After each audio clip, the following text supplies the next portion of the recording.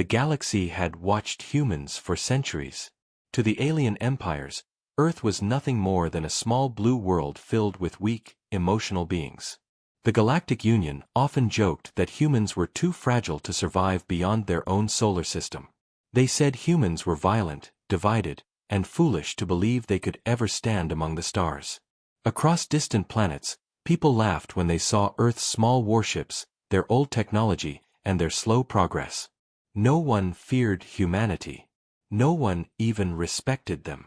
But deep below the clouds of Earth, something was changing, something the galaxy could not see.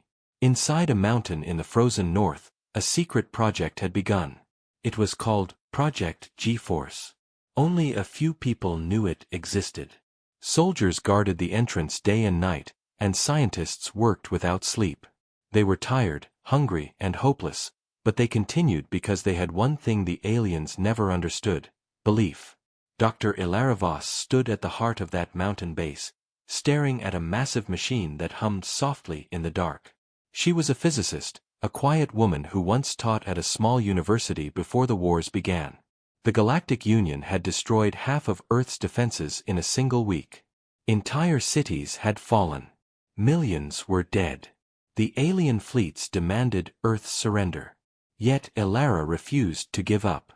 "They think we are weak," she whispered, "but they don't know what we can do when we have nothing left to lose." Around her, the lab was filled with chaos. Engineers worked with old machines, welding metal with sparks flying. Computers beeped. Cooling fans screamed. Every light in the room flickered. Her team was building something impossible, something that could control gravity itself. Most scientists said it was madness. No living species had ever bent gravity to their will.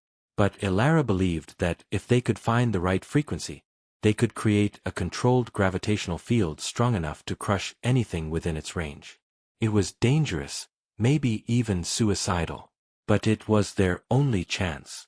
Outside the mountain, alien warships circled the planet like vultures waiting for their meal. Their commander, a tall insect-like creature named Zorath, watched Earth from orbit with a sneer. "They still resist," he said to his crew.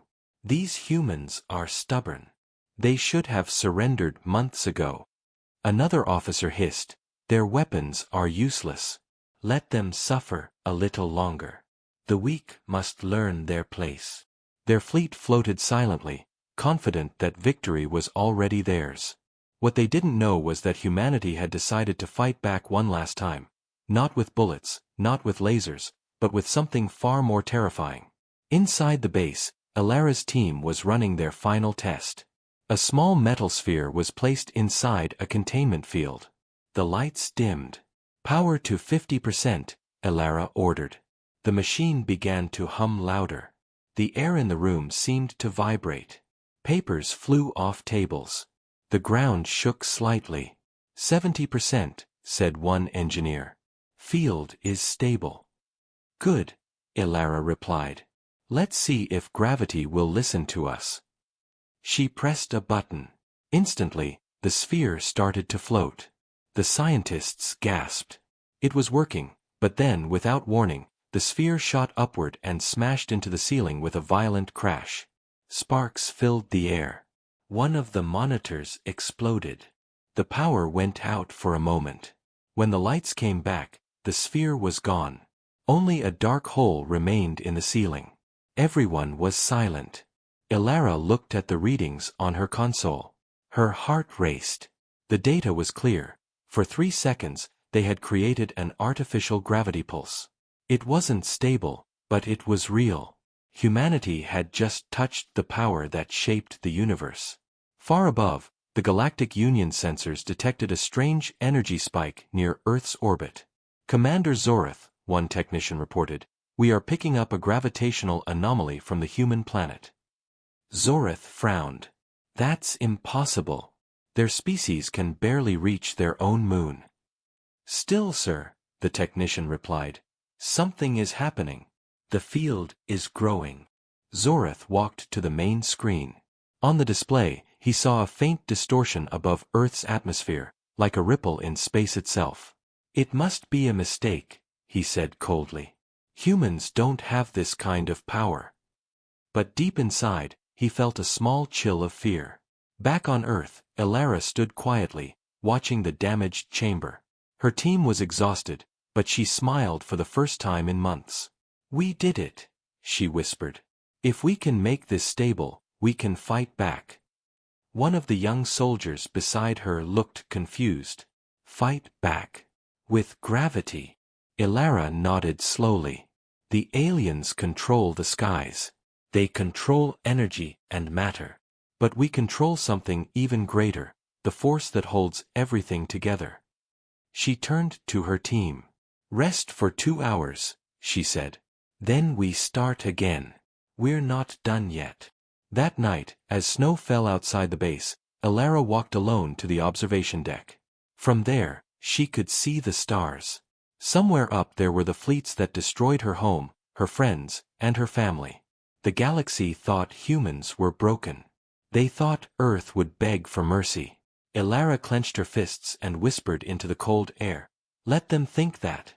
Let them laugh. Soon, they'll see what weakness really looks like." At that exact moment, an alien transmission echoed across space. The Galactic Union commander prepared his troops for the final invasion of Earth. But before his fleet could move, a warning light blinked again. Another gravitational surge appeared, this time stronger. The sensors glitched. Space itself seemed to twist. Zorath stared at the readings in disbelief. "No," he said quietly. "This can't be." But it was already too late. The galaxy's most powerful fleets were about to learn the truth. Humans were never weak. They were just waiting for the right weapon to prove it. 2 years before the galaxy trembled, Earth was a dying world. The alien fleets had come without warning. Their ships blocked the sun, their weapons burned cities into glass, and their machines tore through human armies like paper. Every country fought back with missiles, tanks, and fire, but nothing worked. The Galactic Union's technology was centuries ahead. Humanity was losing, slowly and painfully. The skies were red with smoke, and the oceans boiled where orbital strikes had hit.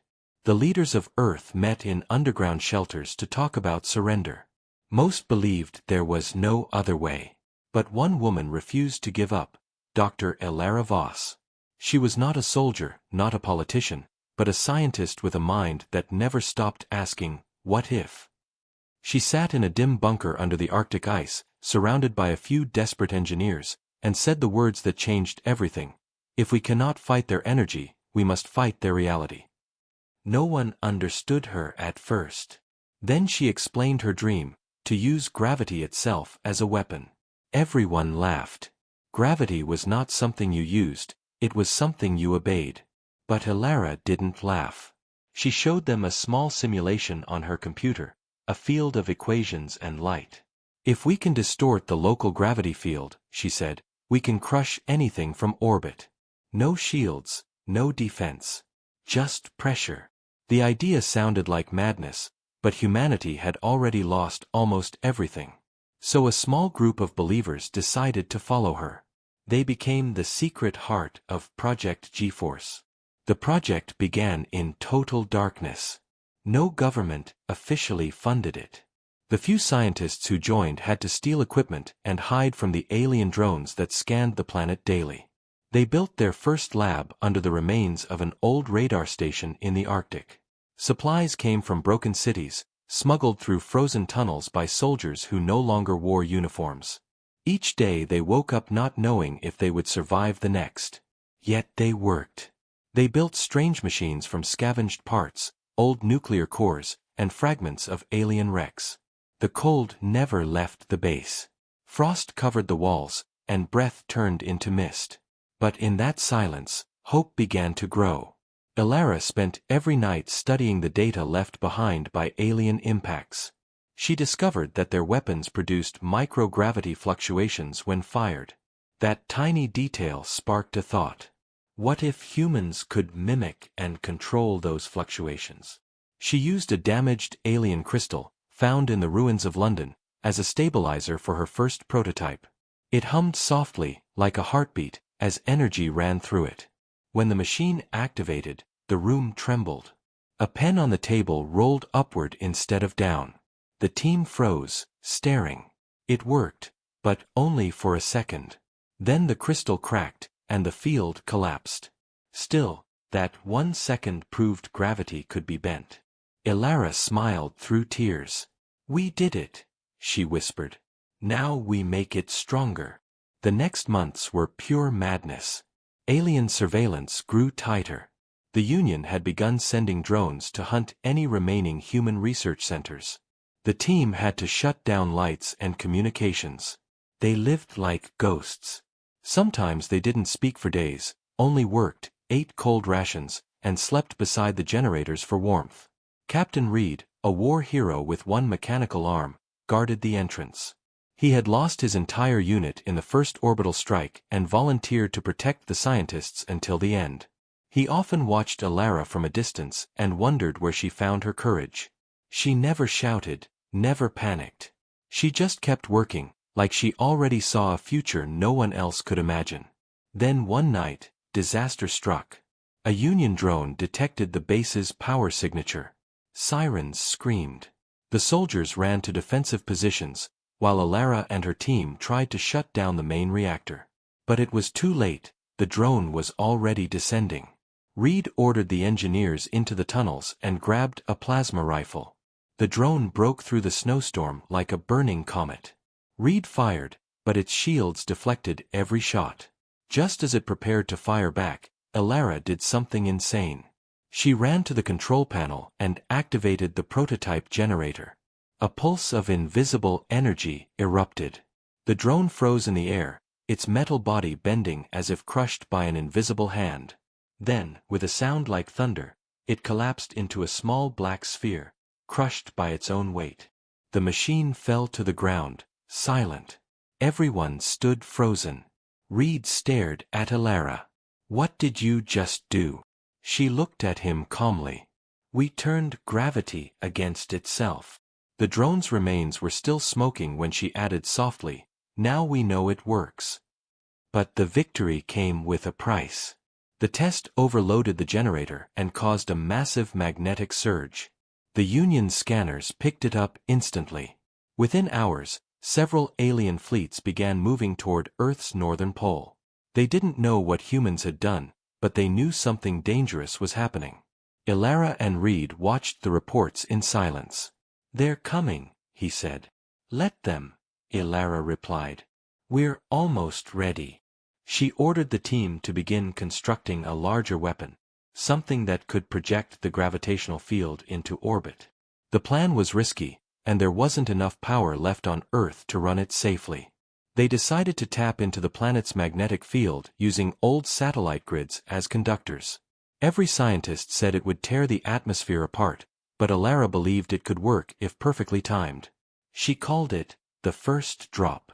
Days turned into weeks. The base shook from nearby bombings. Food was running out. Many of the younger engineers wanted to escape, but Reed reminded them what was at stake. "If we run, humanity dies," he said. "If we stay, maybe we buy our people a chance." Elara stood beside him and said, "We're not fighting for victory anymore. We're fighting to be remembered." Those words kept everyone working, even when they could barely stand. Finally, the day came. The first drop was ready. A long tungsten rod was loaded into orbit through the last functioning mass driver on Earth. The team gathered around as Elara activated the countdown. "If this works," she whispered, "they'll never call us weak again." The weapon fired silently, disappearing into the sky. For a few seconds, nothing happened. Then the ground shook violently. The sensors went off the scale. The orbiting satellites recorded a sudden gravitational wave spreading outward. In space, several alien ships blinked off radar, crushed by invisible pressure. Humanity had done the impossible. As Elara looked at the readings, tears filled her eyes. For the first time in years, Earth had struck back. Project G-Force was real. But in the shadows of the galaxy, the alien commanders were already planning their revenge. The humans had changed the rules of war, and the universe would never forgive them for it. The night the weapon was launched, the sky over Earth was silent. No fireworks, no cheers, no victory music, just the cold whisper of wind over snow. The humans inside the Arctic base stood frozen as the monitors flickered with strange readings. The tungsten rod they had fired had disappeared into orbit, and for a moment, everyone thought it had failed. Dr. Ilara Voss stared at the control screen, her heart pounding. The data was incomplete. There was no sign of a detonation, no shockwave, nothing. Then the readings began to shift. One by one, the satellites started blinking offline. The radio static filled the room with a sharp hiss. Something enormous was happening up there, something that no one had ever seen before. Captain Reed leaned over the main console. "Is it working?" he asked. Ilara didn't answer. Her eyes were locked on the numbers climbing across the display. The gravitational energy was rising beyond their expectations. The field was expanding faster than light could travel. "It's working," she whispered, "but it's not stable." In orbit above Earth, the alien fleet floated calmly, unaware of what was coming. Commander Zorath was preparing to transmit his final demand for Earth's surrender. His ships were armed and ready. Below them, humans were powerless, or so he believed. His crew detected the incoming object but ignored it. A small metal rod moving through space was no threat to their advanced shields. The commander smirked. "Primitive humans. They throw metal at the stars." But before his sentence ended, the object vanished from the radar. Then, without warning, the fabric of space around his ship began to twist. The stars outside the windows started to bend inward. The crew screamed as alarms blared. The gravitational field hit like a silent storm. The ship groaned, metal bending under impossible pressure. In a single instant, the fleet's formation shattered. Dozens of alien ships imploded, crushed into dense, glowing fragments. No explosion. No fire. Just destruction. On Earth, the scientists felt the tremor. The base shook as shockwaves rippled through the planet's magnetic field. The lights flickered, equipment fell, and the floor cracked. But when the readings stabilized, silence filled the room. The screens showed empty space where the alien fleet had been moments ago. "We did it," one engineer whispered in disbelief. Captain Reed slowly removed his helmet and stared at the display. "They're gone," he said. Ilara felt her knees weaken. For a moment, she couldn't speak. Humanity had just erased an entire fleet with one strike. The impossible had become real. She turned to her exhausted team and said softly, "Remember this moment. This is the day humanity stopped being prey." News of the attack spread across the galaxy faster than light. The Galactic Union could not believe the reports. Their most powerful armada, over 300 warships, had vanished in a single pulse. Some said it was a weapon of the gods. Others said it was a trick. But every commander, every emperor, every soldier across the stars felt the same thing: fear. For centuries, humans were seen as small, emotional, and reckless. Now, they were something far worse: unpredictable. In the grand halls of the Galactic Council, the alien leaders argued. The reptilian ambassador of Zoratha's homeworld slammed his claws against the table. "They've created a weapon that breaks the laws of physics. They must be stopped before they destroy us all." Another voice replied coldly, "They were weak. Now they are dangerous. Perhaps we should have finished them long ago." But deep inside, even those who spoke of destroying Earth were terrified. If humans could control gravity, then no planet, no fleet, and no empire was safe. Back on Earth, Project G-Force was in chaos. The energy used in the strike had damaged half their systems. The base's walls were cracked, and several scientists were injured. The magnetic grid that powered the weapon had burned out completely. Captain Reed organized the soldiers to seal the tunnels and secure the base, while Ilara tried to assess the damage. "We can't fire again," one engineer said. "The generator is gone." Ilara nodded slowly. "It doesn't matter. We proved our point." Reed frowned. "The aliens won't take this lightly. You just humiliated an entire fleet. They'll come with everything they have. Alara looked out the small window toward the northern sky, where faint lights shimmered above the horizon. Then we'll give them something to fear. Hours later, a message was sent across the stars. It came from Earth, transmitted in every galactic frequency. A single human voice spoke, clear and cold. This is Dr. Alara Voss of Earth. We warned you not to underestimate us. We do not seek war, but if you bring it to us, we will end it. The message echoed through every alien communication channel. Some dismissed it as propaganda. Others treated it like a declaration of war. But one thing was certain, the age of humanity's silence was over. In the darkness of space, wreckage from the destroyed fleet drifted slowly toward the sun. Alien drones were sent to investigate, but none returned. The gravitational residue in the area was unstable, bending sensors and warping signals. The aliens had no explanation. Their scientists said the human weapon defied the laws of physics. Their generals demanded revenge. Soon, fleets began to mobilize again. The Galactic Union decided to send an invasion force large enough to wipe out the entire human species. But before they could strike, they needed information. How had humanity done it? Meanwhile, inside the damaged Arctic base, Alara and her team worked tirelessly. The weapon had worked, but it was far from perfect. The gravitational surge had been stronger than expected, and if it had lasted longer, it might have torn the planet apart. We came close to destroying ourselves, Alara said quietly. We need control, precision, not chaos. Reed nodded, but his mind was elsewhere. He had seen the look in the soldiers' eyes, hope mixed with fear. They had won a battle, but everyone knew the real war was just beginning.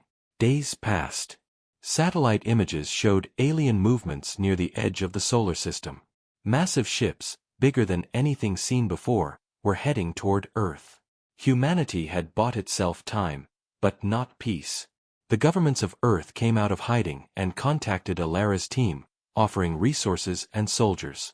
For the first time in decades, the nations of Earth united under one goal: survival. The humans were no longer begging for mercy, they were preparing for war. As night fell on the frozen base, Alara stood on the observation deck, watching the stars. The sky was full of them, silent witnesses to what had just happened. She thought of the billions of lives lost, the burning cities, and the endless fear. Then she thought of what came next. They thought we were weak, she whispered to herself. But they never understood what desperation can do. The cold wind blew across the deck, carrying her words into the darkness. Far away, in the alien capital, the Galactic Union's council chamber went silent as a new report arrived. A hologram showed Earth glowing faintly, surrounded by strange gravitational ripples. It's spreading, one scientist said. Their weapon has altered local spacetime. The counselors looked at each other in horror. Humanity had done something no civilization had ever achieved. They had changed the shape of reality itself. And that was only the beginning. After the destruction of the alien fleet, silence spread across the stars. Every corner of the Galactic Union buzzed with disbelief. Entire worlds stopped their daily routines to watch the reports. Broadcasts replayed the last known images from Commander Zoratha's fleet, ships twisting in space, stars bending around them, and then nothing. The galaxy had seen many wars, many weapons, but never anything like this. For the first time in thousands of years, the great empires felt fear. The Union's leaders tried to control the panic. They told their people it was a natural anomaly, a cosmic event that happened by chance. But no one believed them. The humans had done the impossible. They had turned gravity, the one force that ruled all things, into a weapon. And that terrified everyone. On distant worlds, children whispered stories about Earth. Merchants refused to travel near human space. Even bounty hunters avoided the solar system. Humanity, once seen as weak, was now the most feared species in the galaxy. In the Galactic Council chamber, the mood was dark. The 10 most powerful alien races gathered around a floating hologram of Earth. Each representative spoke over the other, their voices sharp and angry. "They must be destroyed before they learn to control it," shouted a scaled ambassador from the Dreadnought Empire.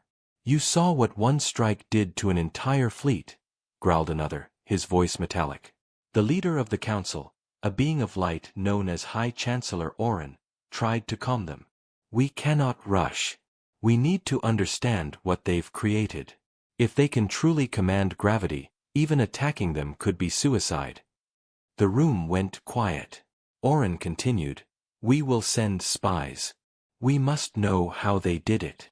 Meanwhile, on Earth, Project G-Force had become both a miracle and a nightmare. Inside the Arctic base, the atmosphere was tense. The team had succeeded beyond imagination, but at a terrible cost. The energy readings from the first drop showed something horrifying. The weapon had nearly torn a hole in Earth's gravitational balance. If it had lasted 2 seconds longer, the planet's crust could have cracked apart. Dr. Ilara Voss stood in the control room, staring at the readings with tired eyes. Around her, exhausted scientists worked in silence. "We won," said one engineer softly. "Why do you look so worried?" Ilara didn't answer at first. Then she turned and said, "Because we don't fully understand what we've built. We can't control it yet. The next time we use it, we might destroy ourselves." Her words fell heavy over the room. No one spoke again. Captain Reed entered moments later, his armor scratched and his eyes cold. "Ilara," he said, "we have new problems. Drones have been spotted near the coastlines. The aliens are scouting again." She looked up from her console. "They're preparing for revenge." Reed nodded. "They'll come in numbers we can't imagine. We need to be ready." But Ilara wasn't listening. Her eyes were fixed on the gravity core, a giant sphere that pulsed faintly at the center of the room. "Ready," she whispered. "We're not ready for what comes next." Far from Earth, a small cloaked ship drifted near the asteroid belt. Inside, an alien spy named Terran observed the human transmissions. He was a shapeshifter from the Zorith Empire, trained to blend in with any species. His mission was simple: find out how humans built their weapon. The Council had chosen him because no machine could do what he could: infiltrate. Terran studied the data carefully. "They call it Project G-Force," he said into his recorder. "Location: Northern Hemisphere, underground, near magnetic poles. Energy source unknown." His eyes glowed faintly as he watched the last recorded burst of gravitational energy. "They are dangerous," he whispered. "If they master this power, the galaxy will belong to them."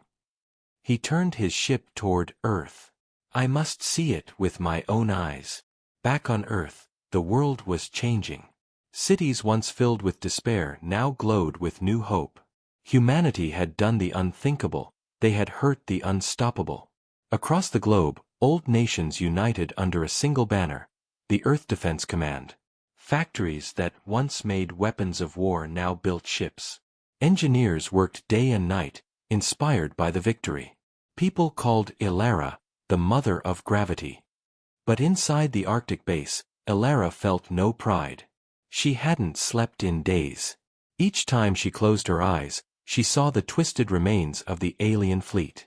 The faces of those who died haunted her. She knew what they had unleashed was not just a weapon. It was a force that could end everything. "We didn't win a war," she murmured. "We opened a door we don't understand." One night, as a storm raged above the ice, an intruder alarm sounded. Reed and his soldiers rushed through the tunnels, weapons drawn. The sensors showed movement outside the perimeter. "Probably another drone," Reed muttered. But when they reached the surface, there was no machine, only a faint trail of footprints leading toward the entrance. Someone, or something, had broken through the outer shield. Back in the control room, Ilara was alone, reviewing data when the lights flickered. She turned, sensing a presence behind her. "Who's there?" she asked. No answer. The air felt colder. She moved slowly toward the main door, heart pounding. Then she saw him. A tall figure in a black suit stood in the shadows, his face shifting like liquid metal. "Who are you?" she demanded. The figure smiled. "I am here to help," he said smoothly. "Your work is extraordinary, Doctor." Ilara froze. "You're not human," she said. His eyes glowed faintly blue. "No. But I can make sure your work survives." He moved closer, scanning the consoles. "The galaxy fears you. But they don't understand you. I can change that." Ilara backed away. "You're a spy," she whispered. "You want our weapon." The shapeshifter's smile vanished. "Your weapon is too dangerous to be left in your hands. I will take it to those who can use it properly." He moved faster than she could react, his hand striking the console. Sparks flew as the system opened. Data began to transfer. Ilara shouted for security, but the spy grabbed her wrist. "Don't fight," he said. "Your invention will save the galaxy from itself." She kicked him hard, breaking free, and hit the emergency lock. The base doors sealed instantly. Reed and his soldiers burst in seconds later, firing at the intruder. The spy's form shimmered, turning translucent. Bullets passed through him like mist. "Stop him!" Reed yelled, but the shapeshifter darted toward a maintenance shaft, vanishing into the dark. When the alarms finally stopped, Ilara slumped against the wall, shaking. Reed helped her up. "What did he take?" he asked. She opened the cracked console and saw the missing data files. "The core blueprints," she said quietly. "He knows how it works." Reed's face went pale. "Then the galaxy will have its own gravity weapon." Ilara stared at the dark tunnel where the spy had escaped and whispered, "No. They won't understand it. They'll destroy themselves trying." Outside, the storm grew louder, shaking the base. Humanity's greatest secret was now in enemy hands, and somewhere in the void, the galaxy's fear was turning into something far worse: desperation. The storm outside the Arctic base raged for days, howling across the frozen wasteland like a living creature. Snow fell so thick it turned the world white, hiding everything beneath it. Inside the base, silence ruled. After the shapeshifter's attack, morale had broken. Soldiers whispered in fear, and the scientists worked nervously, checking every system, knowing that the stolen data could doom them all. Dr. Ilara Voss hadn't slept since the night of the breach. Her eyes were hollow, her voice softer than usual, but her mind refused to stop. She stared at the damaged console again and again, hoping she'd missed something, that maybe the spy hadn't taken the full data. But the truth was clear. The alien spy, Terran, had escaped with the complete blueprint of the gravity weapon. Somewhere out there, in the vast darkness of space, another version of Project G-Force was already being built. Humanity's greatest secret was no longer theirs. Captain Reed stood beside her, his jaw clenched. "We should have killed him," he said bitterly. Ilara shook her head slowly. "He was faster than we thought. He wasn't just stealing for the Union, he wanted it for himself." Reed frowned. "You think he's working alone?" Ilara looked at him with tired eyes. "The Zorith Empire never works alone. If they understand the weapon, the galaxy will fall into chaos." Far away, on the edge of the solar system, Terran's small ship emerged from hyperspace. He sat in silence, watching the stolen data flicker across his console. The numbers and equations glowed softly, reflecting in his pale eyes. "Beautiful," he whispered. "Humans truly are dangerous." He sent a coded transmission toward the Zorith command. "Mission complete," he said. "I have the weapon. Prepare the forge." Moments later, a cold voice answered. "Well done, Agent Terran. Bring it home. The age of the Union is over." Terran smiled faintly. He didn't care about the Union or the humans. He cared only about power. In his mind, whoever controlled gravity would control the stars. Back on Earth, Ilara knew they had to act fast. She gathered her team and briefed them on the situation. "The enemy now has our design," she said. "They will try to recreate the weapon, but they don't understand the instability of the gravity core. If they activate it without control, it will destroy them." One of her engineers, a young man named Harris, asked, "Then why not let them? Let them build it and kill themselves." Ilara shook her head. "Because if they succeed, even for a second, they'll use it against us first." She looked at Captain Reed. "We need to find that spy before he delivers the data." Reed nodded immediately. "I'll take a team. We'll track him down." But Ilara stopped him. "No," she said firmly. "You can't send a team. He's faster than any ship we have. We'll need something more powerful." She turned to a holographic map of the solar system. "The only chance we have is to catch him near the edge of the system, where he has to slow down to enter hyperspace again." Reed frowned. "How do we reach him before that?" Ilara smiled faintly. "By bending the rules, like we always do." They worked non-stop for 2 days. Using the remnants of the first gravity core, Ilara built a small pulse engine capable of creating localized gravitational folds. It was dangerous and untested, but it could move their ship faster than any known drive. When it was ready, Reed stood by the hangar doors, his team of soldiers prepared to board. "If this works," he said, "we'll catch him before he leaves the system." Ilara handed him a small device, a stabilizer that could temporarily disable the gravity core if Terran activated it. "If you catch him," she said, "don't destroy the data. We might need it back." Reed nodded, placing the stabilizer in his armor. "I'll bring him home." Hours later, the human ship Valkyrie launched into the blackness of space, its engines burning bright blue. The gravitational pulse engine roared to life, warping the stars around it. The crew could feel the pressure in their bones, but they pushed forward. On their scanners, Terran's ship appeared near the asteroid belt. Reed gritted his teeth. "He's heading for the outer rim. Prepare for intercept."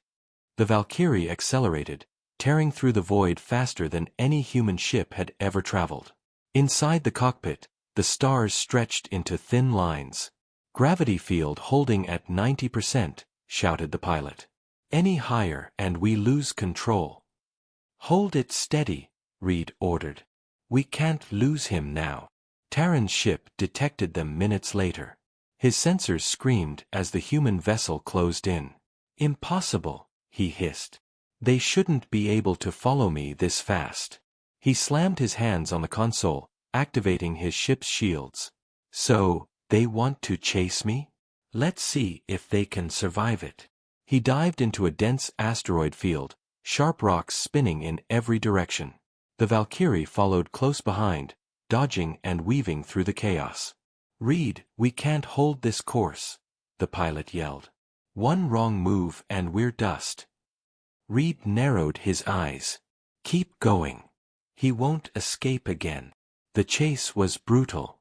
Asteroids shattered around them as plasma fire cut through the dark. Terran fired small gravity pulses, hoping to crush the human ship, but Ilara's stabilizer worked. The pulses hit, but the Valkyrie held together. Reed's team finally got a lock on his coordinates. "Prepare the EMP torpedo," Reed commanded. "On my mark." They waited for the perfect moment. Terran's ship darted between two massive rocks, slowing slightly. "Now!" Reed shouted. The torpedo launched silently and struck his ship dead center. The explosion sent a wave of static through space. Terran's systems went dark. His ship spun out of control, crashing into a massive asteroid. The Valkyrie hovered nearby, lights flashing through the smoke. Reed led his team through the wreckage, weapons raised. Inside, they found Terran crawling toward the console, trying to transmit the data. Reed pointed his weapon at him. "It's over." The shapeshifter turned his head slowly, his face flickering between alien and human forms. "You can't stop what's coming," he said. "The Zorith Empire already knows. They are building the weapon as we speak." Reed pulled the stabilizer from his armor. "Then this will stop them." He pressed the device against the console, erasing the stolen data in a blinding flash. Terran screamed and lunged forward, but Reed fired, ending it. When the mission ended, the Valkyrie returned to Earth. The crew was silent. They had stopped the spy, but not the threat. The Zorith Empire had enough information to start their own weapon. Back at the Arctic base, Elara listened to Reed's report. "We delayed them," he said, "but they'll finish it soon." Elara stared at the glowing gravity core in front of her. "Then we have no choice," she whispered. "We have to finish ours first." She placed her hand on the metal surface. "The storm has only begun." Outside, snow continued to fall, hiding the scars of the last battle. Deep underground, the heartbeat of Project G-Force grew louder, and above them, in the endless dark, the Zorith Empire prepared to bring the storm to Earth. The silence above Earth broke when the stars started to move. At first, people thought it was a meteor shower, a beautiful storm of light streaking across the night sky. But soon, those lights changed direction, forming patterns, lines, and fleets. The Zorith Empire had arrived. Their massive ships blocked the sunlight, casting giant shadows across continents. The Galactic Union stayed quiet. No one wanted to challenge the Zorith when they came for blood. On the ground, sirens screamed through every major city. People ran to shelters, soldiers took up positions, and satellites burned in the atmosphere. Humanity had known this day would come. Now, they were ready. Deep under the Arctic ice, Dr. Elara Voss and Captain Reed stood before the completed gravity core. It was larger now, 10 times the size of the prototype. It pulsed like a heart, surrounded by shimmering rings of metal that floated without support.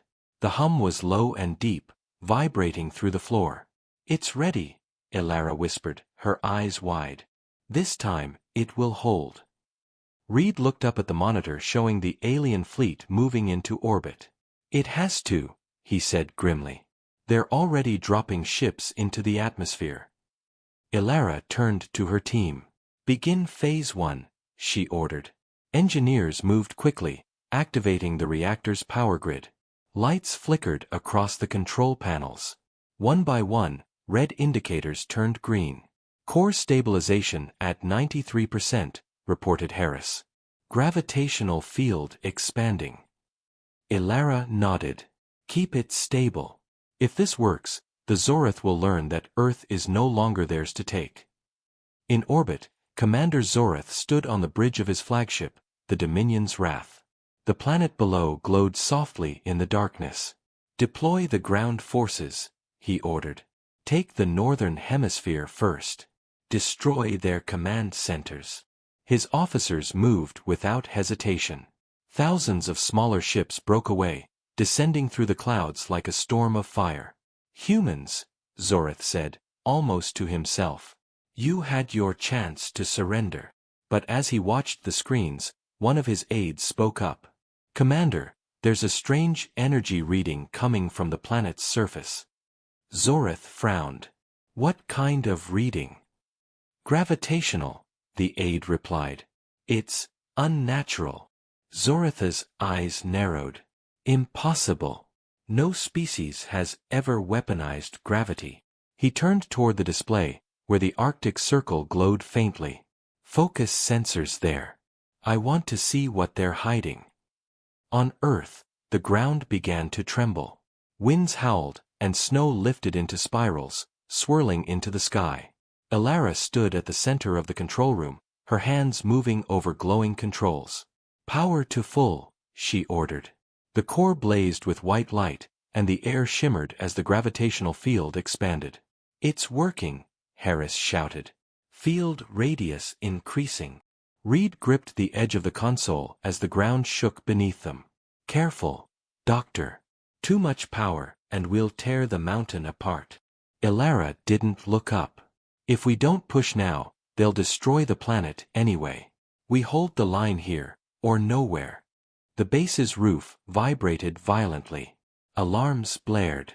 Outside, a faint distortion appeared in the air, a ripple like heat over the snow. Then, suddenly, the sky above the base twisted. Light bent. Clouds stretched unnaturally. Gravity itself was being rewritten. In orbit, the Zorith ships felt it first. Their navigation systems glitched. Ships drifted off course. Smaller vessels began to spin uncontrollably. "Commander!" shouted an officer. Our fleet is losing formation. Zorith barked, stabilize your engines. What's causing this? The answer came seconds later. A shockwave burst from the Arctic, invisible yet devastating. The nearest ships were thrown out of orbit like toys. One of the battleships collided with another, exploding in a silent flash of light. Zorith watched in disbelief as half his formation began to fall toward the planet. What have they done? He whispered. Back in the base, Elara's team cheered. We hit them, Harris cried. Their fleet is collapsing. But Elara didn't celebrate. She stared at the readings, her face tense. No, she said quietly. It's not stable. The gravity waves are feeding on themselves. The console sparked. We need to contain it, or it'll pull us in two. Reed shouted. Shut it down. Elara hesitated. If she stopped now, the aliens would recover. If she didn't, the field might consume them all. Reduce power by 20%, she ordered. Harris obeyed, typing furiously. The lights dimmed, and the base creaked under the strain. Slowly, the readings stabilized. The wave began to weaken. It's holding, Elara breathed. In orbit, Zorith regained control of his ship. The fleet was scattered but not destroyed. His rage burned brighter than ever. So, the humans have found a new toy, he growled. Fine. Let's see how long they can hold it. He raised his clawed hand. Prepare the orbital strike. Burn the source to ashes. The ship's massive cannon charged, glowing crimson. Fire, he commanded. The sky above the Arctic turned red. A beam of energy pierced the clouds, striking the mountain. The impact shook the earth like an earthquake. The base's walls cracked. Flames erupted from the ceiling. People screamed. Direct hit, shouted a soldier. Elara fell to the floor, coughing through the smoke. Reed grabbed her arm. We have to evacuate. But she pulled free. No. If we leave now, everything dies. She staggered back to the console. Divert all power to the shield field. Sparks flew as she slammed her hand down on the control. The remaining energy surged upward, forming a massive dome of warped light over the mountain. The alien beam hit again, but this time, it bent and split apart, deflected by the gravity shield. Zorith watched in disbelief. They deflected an orbital strike? His second-in-command hesitated. Commander, this technology, it's beyond anything we've ever seen. Zoritha's claws dug into the metal railing. Then we take it from them. He turned sharply. Prepare the invasion pods. I'm going down there myself. On Earth, the battle had begun. Zorith landing craft tore through the atmosphere, smashing into the tundra. Armored aliens poured out, their plasma weapons blazing through the snow. Human soldiers met them head-on.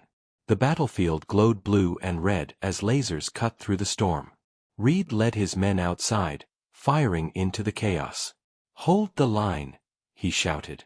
Protect the core. The ground shook again as another wave of ships landed. Reed ducked behind a broken wall, shooting down a Zorith trooper. They just keep coming, he yelled into his comm. Doctor, how long can that shield hold? Inside the base, Elara's voice came through, shaky but determined. As long as it has to. She typed furiously, redirecting power from damaged systems. The gravity core pulsed brighter and brighter, almost alive. If we survive this, she whispered, they'll finally understand. Humans aren't weak, we adapt. Outside, Reed looked to the sky as a massive shadow descended through the storm. It wasn't just another landing craft, it was the Zorith command ship itself. A deep voice echoed across the battlefield through loudspeakers. Human commander, said Zorith, his tone dripping with hatred, I have come for your weapon and your world. Reed gritted his teeth. Then come and take it. The snow fell heavier, thunder rolled through the air, and the storm grew stronger. The final battle for Earth had begun. The snowstorm raged like a beast as fire fell from the sky. The Arctic battlefield glowed with burning wreckage and collapsing ships. Human soldiers dug into the frozen ground, their breath fogging in the cold air. Above them, alien drones buzzed, scanning the terrain for survivors. Captain Reed stood in the middle of the chaos, his armor scorched and his rifle almost empty. "Keep pushing," he shouted over the storm. "Don't let them through the line." Around him, his team fired relentlessly, their weapons lighting up the white darkness. But the Zorith troops were endless.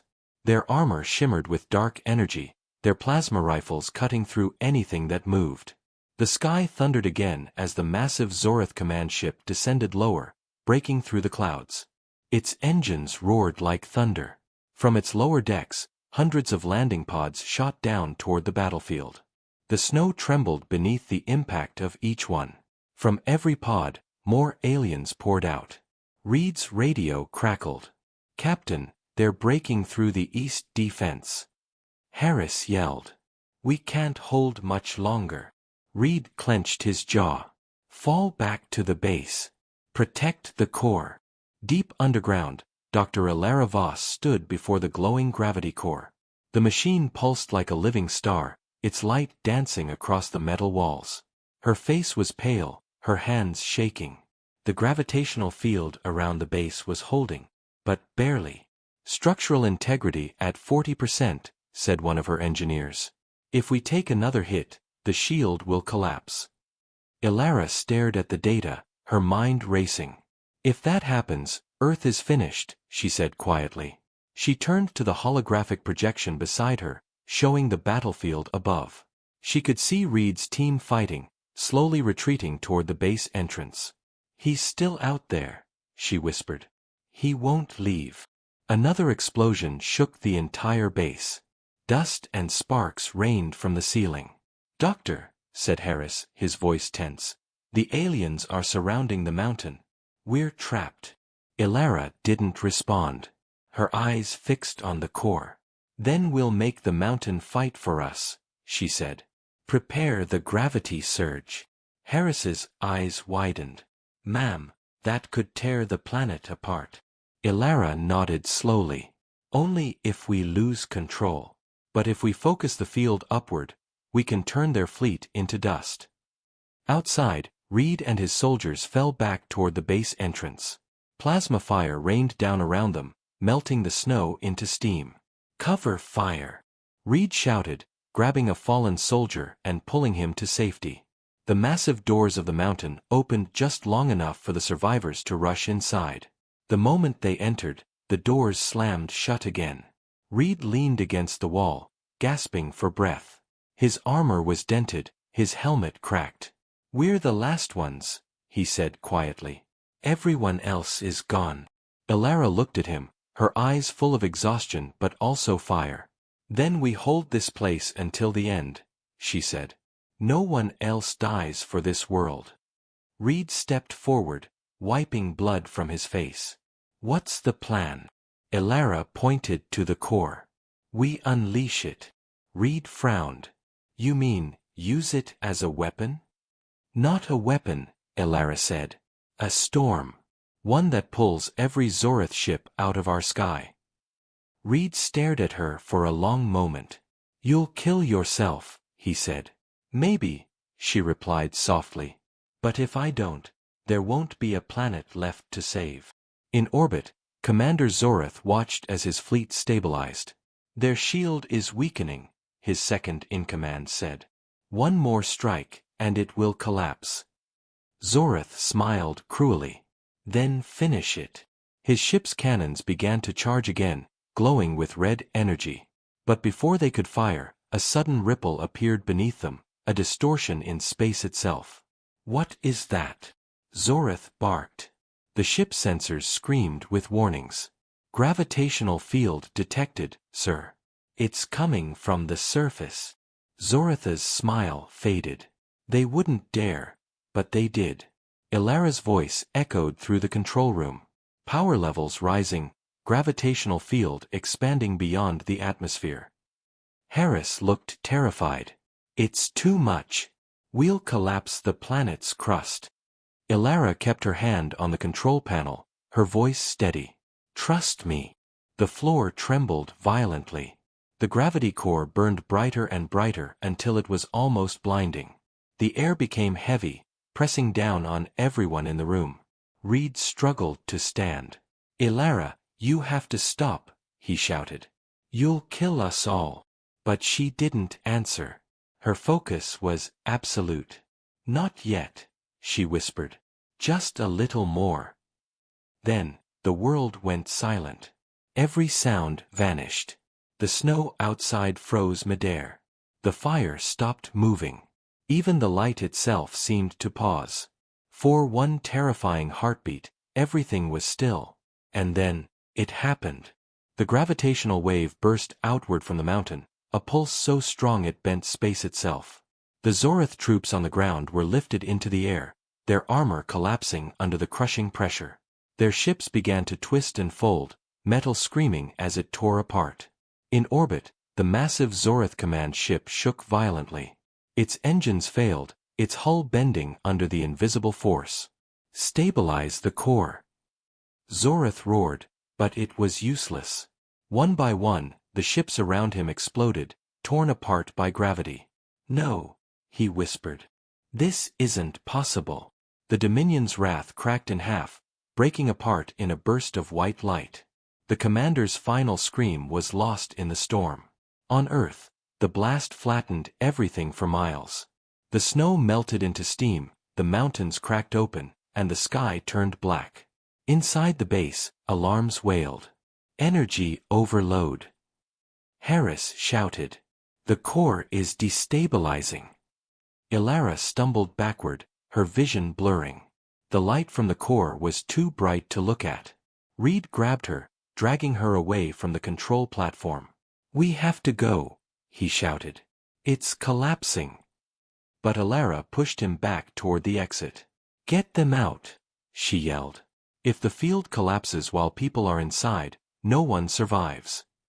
Reed hesitated, his heart breaking. I'm not leaving you. She smiled faintly through the chaos. You already saved me once. Let me return the favor. The walls cracked as the mountain began to collapse. Reed looked at her one last time. You're the bravest person I've ever known, he said. Then he ran, leading the survivors out through the emergency tunnels. As they escaped into the frozen wilderness, the mountain behind them glowed like a star.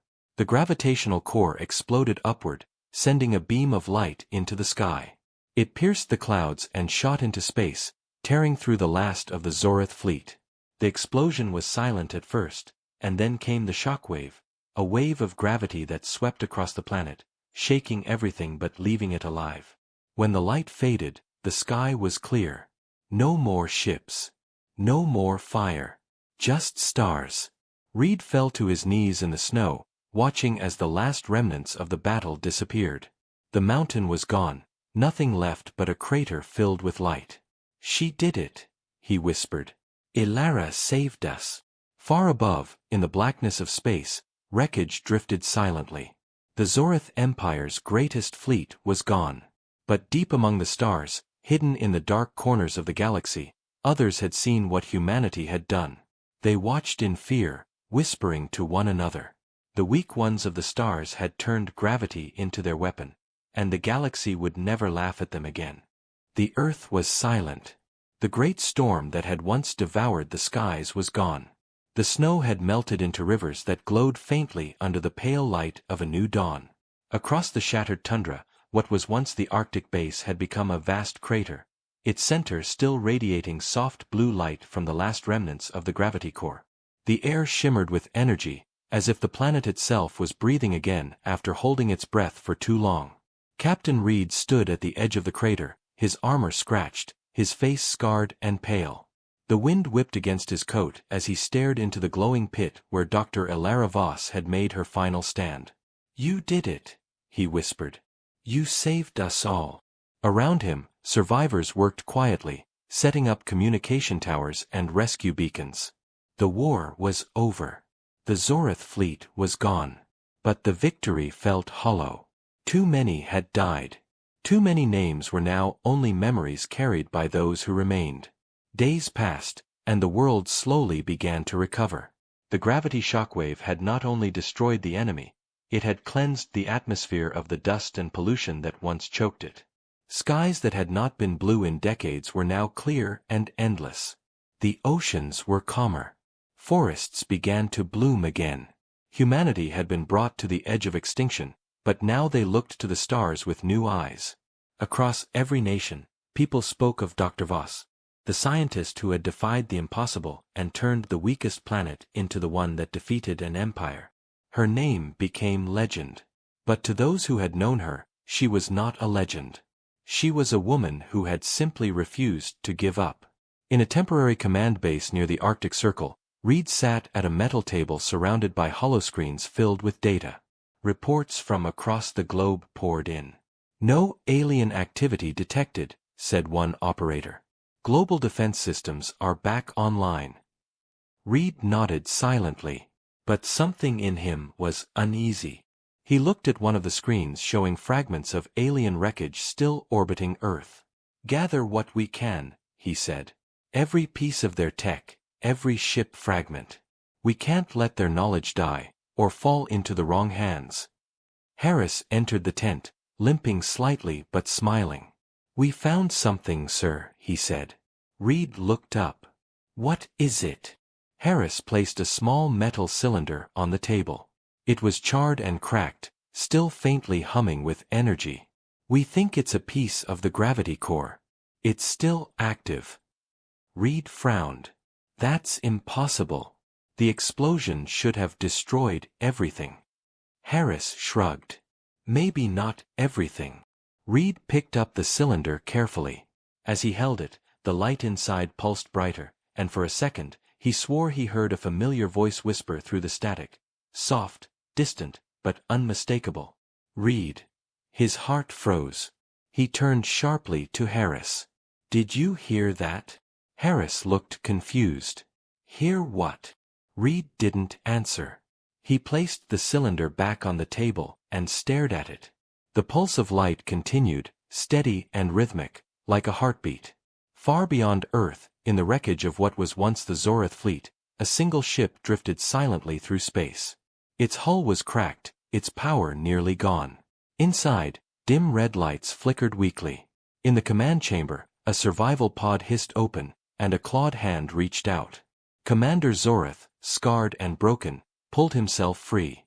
His body was burned, his armor shattered, but his eyes still burned with hate. "Humans," he growled. "You think this is over?" He staggered to the control console, activating a small projection. A holographic image of the galaxy appeared before him.